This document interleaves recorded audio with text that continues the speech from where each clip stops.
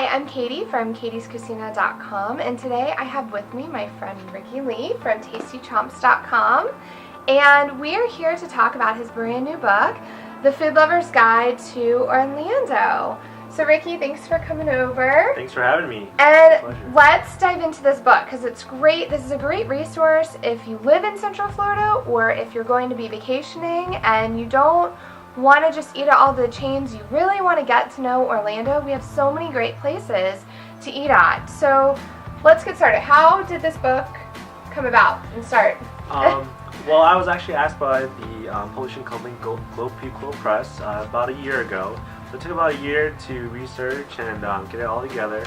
But we really wanted to accentuate, like you said, the local areas that people don't really know about and that are hidden gems.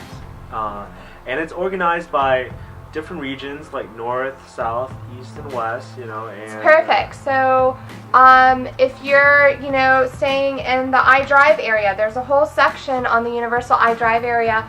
All of the great restaurants, you hit Restaurant Row, which is a big place here, and it's literally just one road with tons of restaurants. So let's talk about some of your favorite restaurants, because I have quite a few, and I was happy as I was reading through the book going, I have eaten there, I've eaten there. Oh wow, that's a new place that I had no idea. Alright, so let's talk about some of your favorite restaurants to eat at. Oh yes. Alright. Okay. Yeah. So I'll start. One of my favorites is Pom Pom's Tea and Sandwichery.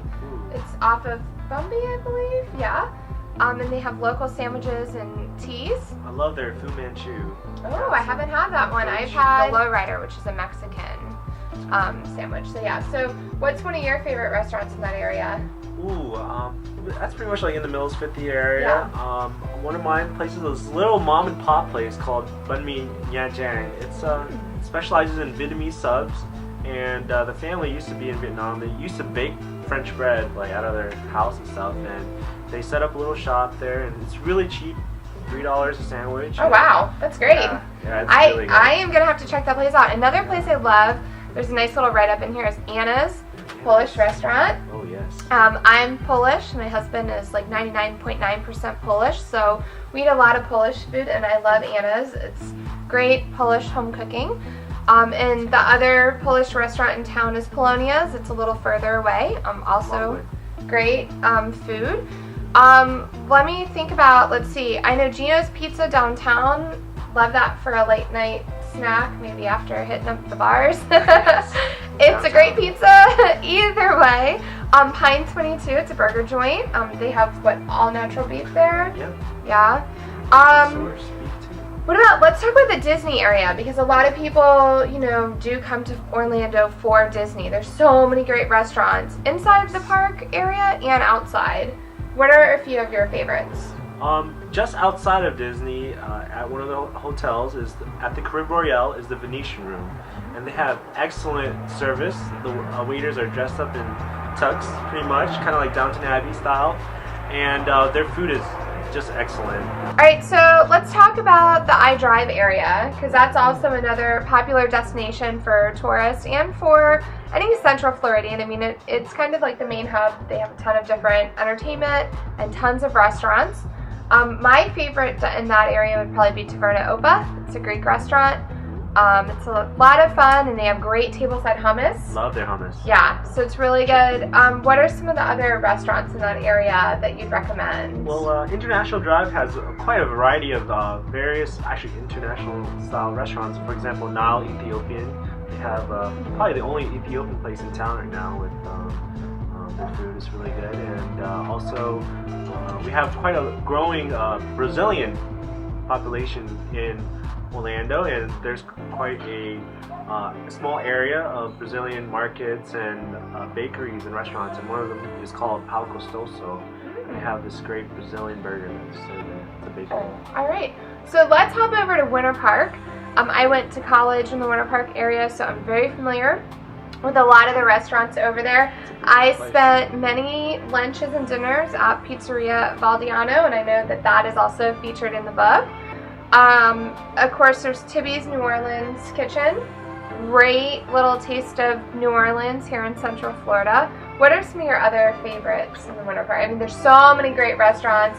Park Avenue is a great little hub for just boutique shops and restaurants, and they have a park that you can walk around. You will always find people walking their dogs, and the restaurants all really cater to having animals sit outside with you. So that's a nice, yes, and the farmers market on Saturdays. So that's kind of cool too. And you know, you talk about farmers market. Inside the book, you have a wide variety of